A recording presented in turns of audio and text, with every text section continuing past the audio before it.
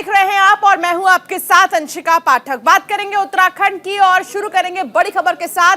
हरिद्वार दौरे पर सीएम पुष्कर सिंह धामी हैं। जिला पंचायत प्रतिनिधियों का शपथ ग्रहण समारोह है। भल्ला इंटर कॉलेज मैदान में शपथ ग्रहण समारोह है। समारोह में शामिल होंगे पुष्कर सिंह धामी। नवनिर्वाचित जिला पंचायत अध्यक्ष का शपथ ग्रहण समारोह है। उपाध्यक्ष और जिला पंचायत सदस्यों का शपथ ग्रहण है, जिसको लेकर यहां पर जो है तमाम जो कार्यक्रम है वो आयोजित किए जाएंगे। पहली बार बीजेपी की ऐतिहासिक जीत हुई है। जिला पंचायत की 14 सीटों पर बीजेपी का कब्जा है। मुख्यमंत्री दौरे को लेकर सुरक्षा के पुख्ता इंतजाम भी कर दिए गए हैं, क्योंकि ऐतिहासिक जीत है और ऐतिहासिक जीत को लेकर वैसा ही भव्य कार्यक्रम जो है रखा गया है। और इसमें शपथ ग्रहण में मुख्यमंत्री पुष्कर सिंह धामी भी शामिल होंगे, जिसको देखते हुए सुरक्षा के पुख्ता कड़े इंतजाम कर दिए गए हैं। हरिद्वार दौरे पर पुष्कर सिंह धामी है। जिला पंचायत प्रतिनिधियों का शपथ ग्रहण समारोह होगा। लगातार लंबे समय से प्रचार प्रसार किया जा रहा था, इसको लेकर भल्ला इंटर कॉलेज मैदान में शपथ ग्रहण समारोह का आयोजन होगा और शपथ ग्रहण समारोह में शामिल होंगे सीएम धामी। नवनिर्वाचित जिला पंचायत अध्यक्ष का शपथ ग्रहण होगा, जिसमें पुष्कर सिंह धामी शामिल होंगे। तो पुष्कर सिंह धामी के दौरे को देखते हुए सुरक्षा के कड़े और पुख्ता इंतजाम कर दिए गए हैं।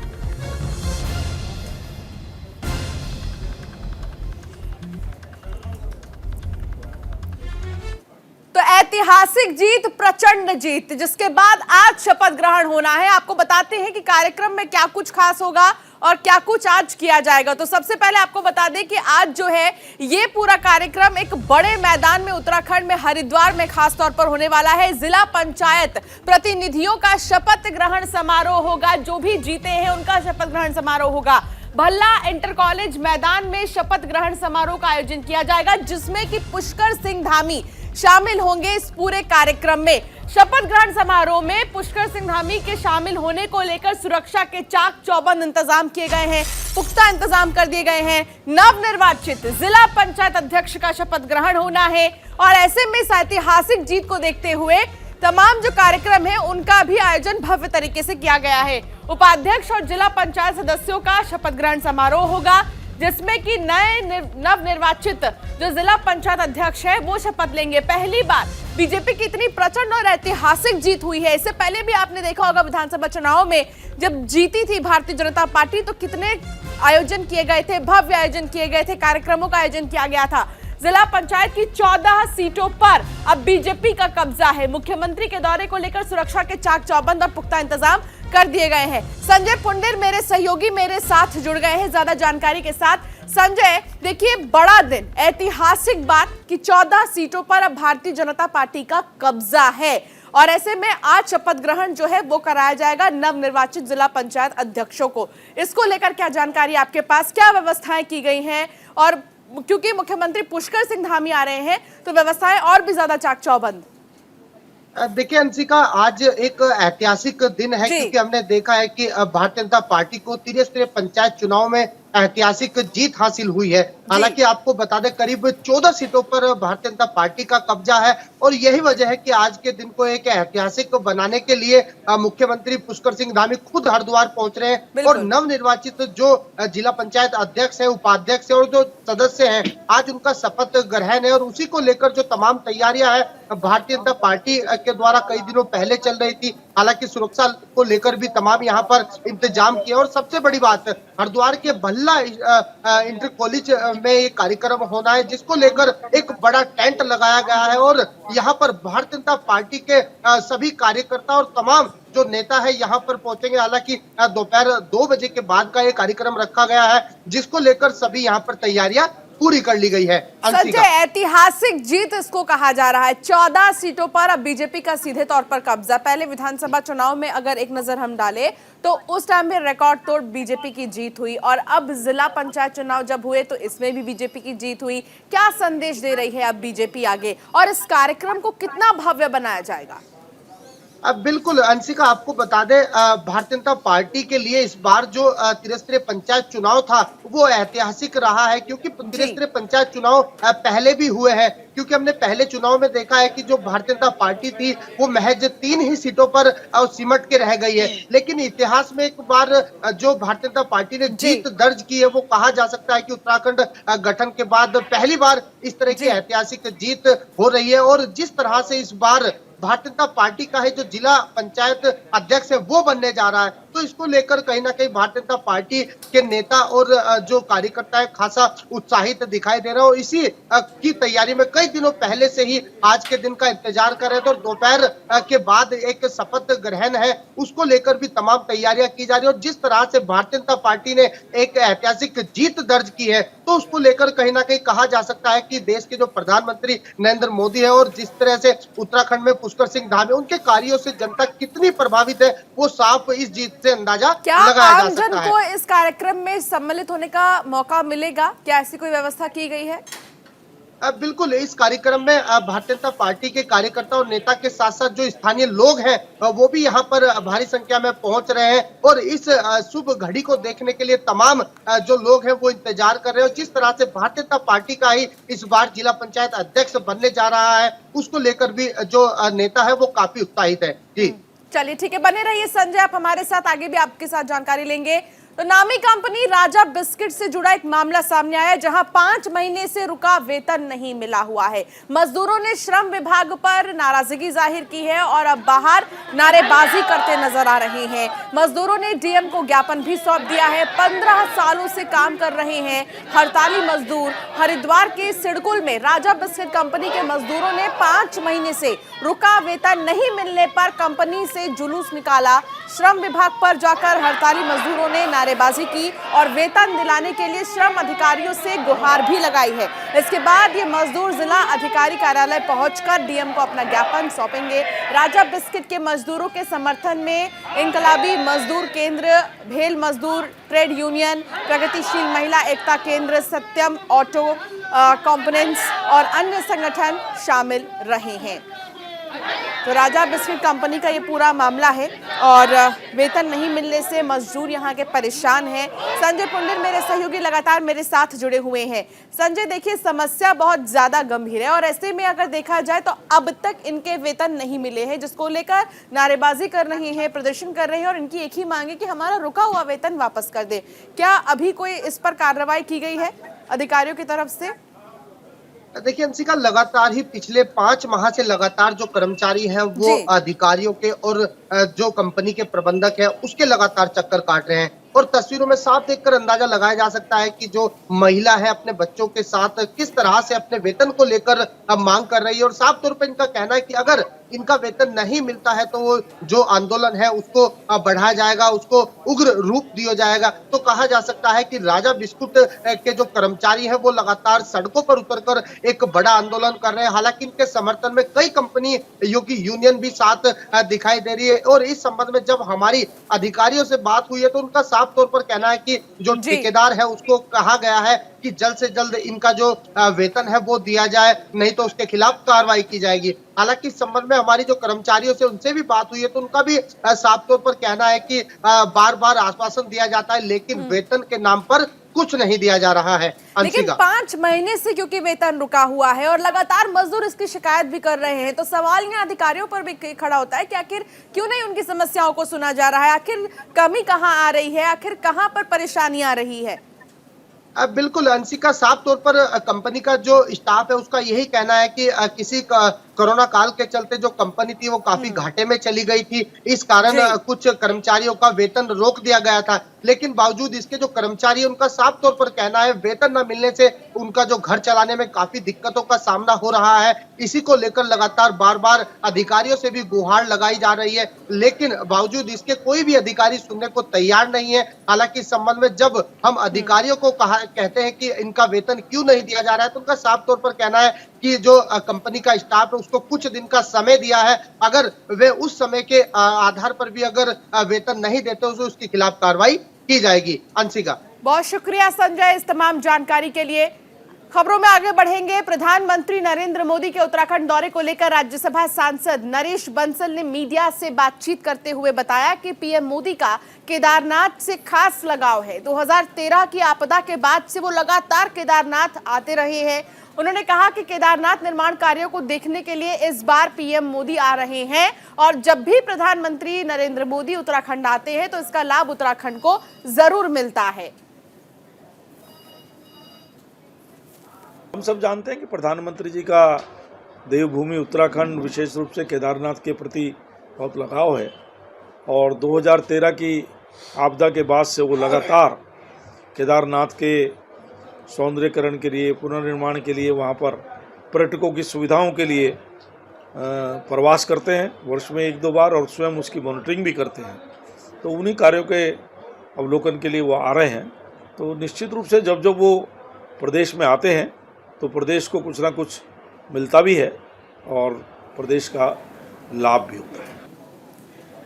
आईआईटी रुड़की में नेट जीरो कार्बन एमिशन को लेकर अंतर्राष्ट्रीय सम्मेलन का आयोजन किया जा रहा है, जिसकी तैयारी आईआईटी प्रशासन ने कर ली है। इस सम्मेलन का थीम ग्लासगो COP26 में आयोजित संयुक्त राष्ट्र जलवायु परिवर्तन सम्मेलन में प्रधानमंत्री नरेंद्र मोदी की प्रतिबद्धता पर केंद्रित है, जो 2070 तक भारत को net zero carbon energy system करने का बात करता है। इस सम्मेलन में अनुसंधान में सहयोग, भागीदारी और ठोस परिणाम निकलकर सामने आने की बात कही जा रही है। इस तरह हाइड्रो और नवीकरणीय ऊर्जा में नई प्रौद्योगिकियों के विकास की गति बढ़ेगी।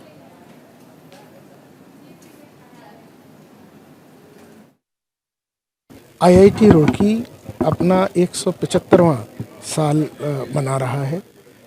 इसके दौरान बहुत सारे डिपार्टमेंट में कॉन्फ्रेंसेस हो रही हैं।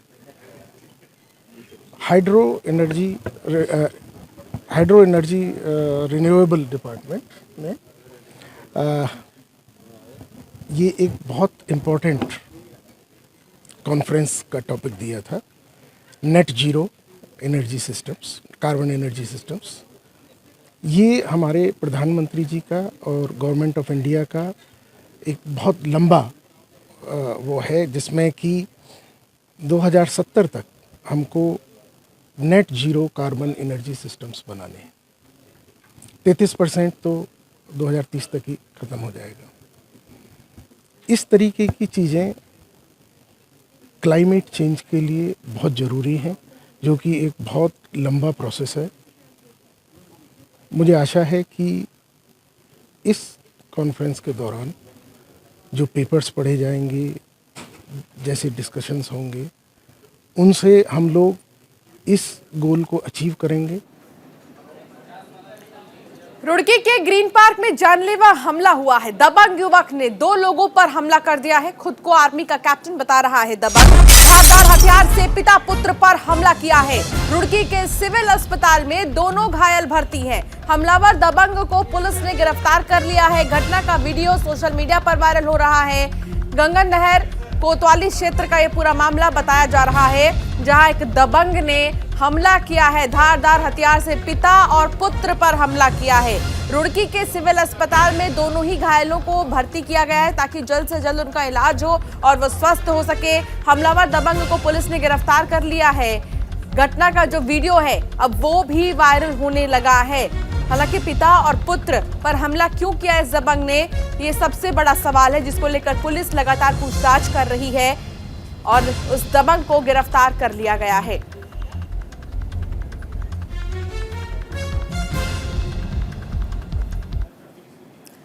रविवार की शाम लक्सर में अज्ञात बदमाशों द्वारा पुलिस कर्मियों पर गोली चलाने के मामले में अब एक नया मोड़ आ गया है।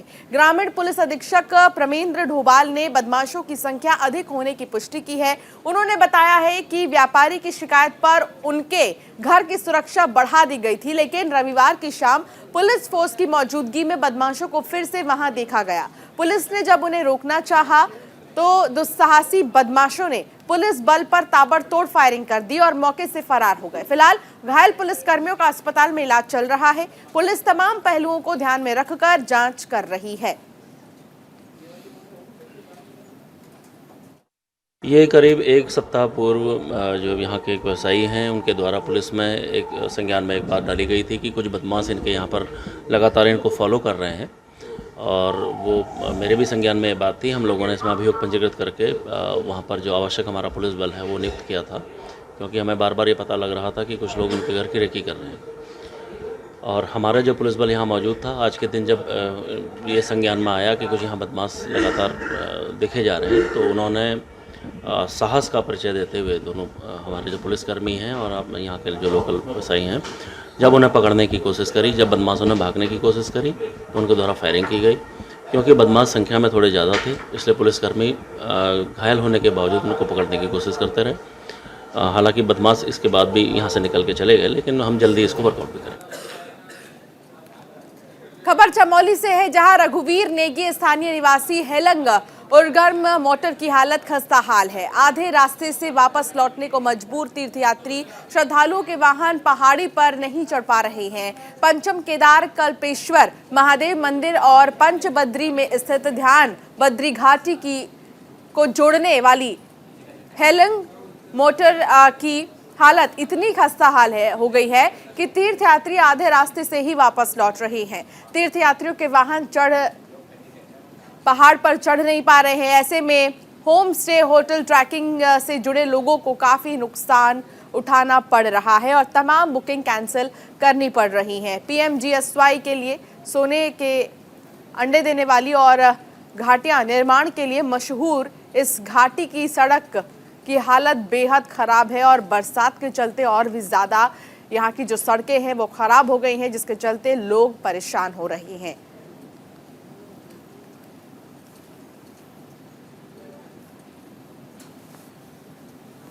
तो इन तस्वीरों में देखकर ही अंदाज़ा लगाया जा सकता है कि सड़कों की हालत कैसी है और बारिश की वजह से खास तौर पर सड़कों के हाल बुरे हैं।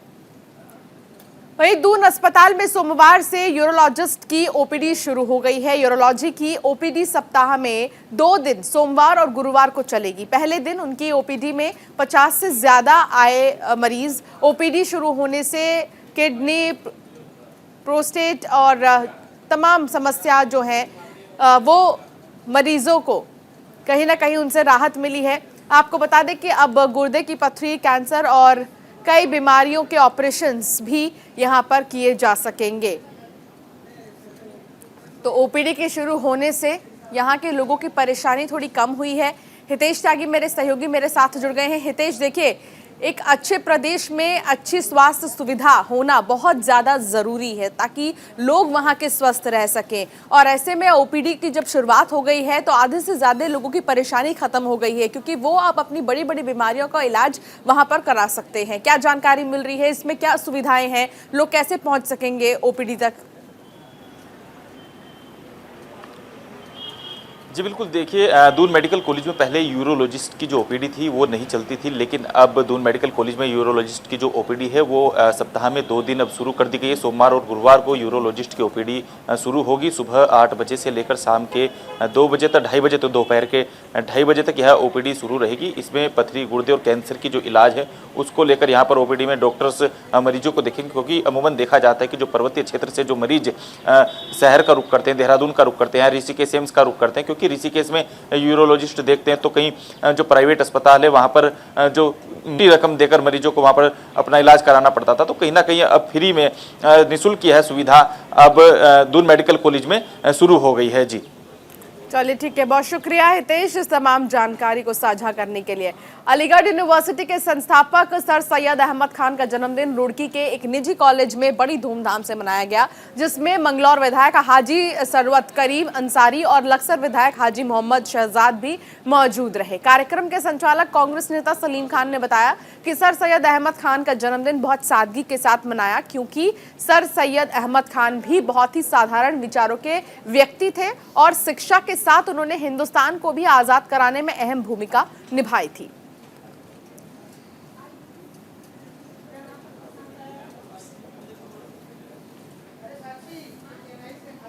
आज हम यहाँ पर सर सैयद डे मना रहे हैं। अक्सर जो अलीगढ़ के पूर्व छात्र हैं वो रात को डिनर वगैरह किया करते हैं, मगर चूंकि हम अलीगढ़ नहीं हैं तो हमें पिछले प्रोग्राम हम अक्सर ऑर्गेनाइज करते थे, तो ऐसा महसूस हुआ कि शायद उन्हें हमारे ऑर्गेनाइज करने में भी अच्छा ना लग रहा था, तो हमने वो उनके हाल पे उनको छोड़ दिया। हमने अब डे में उनका बर्थडे मना रहे हैं, चूँकि वो एक ऐसी शख्सियत है जिसने हमारे हिंदुस्तान में ही नहीं, हिंदू मुसलमान में ही नहीं, हर कौम के अंदर जागृति पैदा की है। आज अलीगढ़ के अंदर हर पूरी दुनिया से छात्र वहाँ पढ़ रहे हैं और इनकी रोशनी में आगे बढ़ रहे हैं, हमारे हिंदुस्तान का नाम रोशन कर रहे हैं।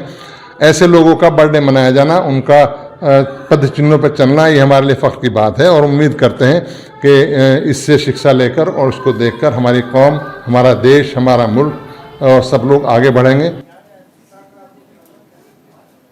तो वहीं रुड़की के सुनहेरा रोड स्थित इंडस्ट्रियल एरिया में कंपनी मालिकों की करतूतों से स्थानीय लोग और राहगीरों को भारी परेशानियों का सामना करना पड़ रहा है। कंपनियों द्वारा सड़कों पर खुलेआम पाइप निकालकर केमिकल युक्त पानी बाहर निकाला जा रहा है, जिसकी सूचना आसपास के लोगों द्वारा समय समय पर प्रशासन को भी दी गई है, लेकिन कंपनियों पर स्थानीय प्रशासन की मेहरबानी साफ देखी जा सकती है, जिसकी वजह से बेलगाम कंपनी स्वामी खुलेआम सड़कों पर दूषित पानी को निकालने में मस्त है और राहगीर इस पानी में गिरकर चोटिल हो रहे हैं। तो वहीं स्थानीय दुकानों के बाहर भी भारी मात्रा में केमिकल युक्त पानी भरा हुआ है। सर ये सारा फैक्ट्रियों का आता है, ये इंडस्ट्री एरिया का, ये मैदा मिल हो गया, ये है कौन सा म्यूजिक वायर है, इसका प्रदूषित पानी आता है केमिकल का, तेजाब वाला उसका। जो भी मामला शिकायत संबंधी प्रकरण संज्ञान में आता है और हम लोग तुरंत उसमें हमारी जो टीम है मौके पे जाती है और उसके बाद जो नियमता जो कार्रवाई होती है, हम लोगों ने पहले भी बहुत सारी इंडस्ट्रियों के खिलाफ शो कॉज जारी किया है और इन्वायरमेंट कंपनसेशन इम्पोज किया यहाँ तक। ऐसा नहीं, जब जब हमारे पास शिकायत आई हम लोगों ने कार्रवाई की है। एक कंपनी है जो वास्तव में मौके पर गया तो डिस्चार्ज करी थी, 66,000 का इन्वायरमेंट कंपनसेशन इम्पोज किया, साथ साथ उसको शो कॉज नोटिस जारी किया। इसके अलावा भगवानपुर की कम से कम 8 या 10 इंडस्ट्री के खिलाफ, चाहे श्री अम्बे इंडस्ट्री है, चाहे सियान पैकेजिंग हो, चाहे जो बाहर डिस्चार्ज कर रिथिका आयुर्वेद है, इन सब के खिलाफ हम लोगों ने मुख्यालय कार्रवाई के लिए भेजा है। आज के युग में ऐसा नहीं कर सकते कि कोई कार्रवाई नहीं हुई। यदि आपको कोई ऐसी जानकारी लेनी तो हम पर्टिकुलर आपको बता देंगे, लेकिन ऐसा कहीं संभव नहीं है कि यदि हमारे पास शिकायत आई कोई कार्रवाई नहीं होगी। जो हमारे स्तर से कार्रवाई होनी है वो हम करते हैं और जो मुख्यालय स्तर कार्रवाई है वो मुख्यालय। और चलिए फिलहाल इस बुलेटिन में इतना ही। आप बने रहिए न्यूज़ इंडिया के साथ।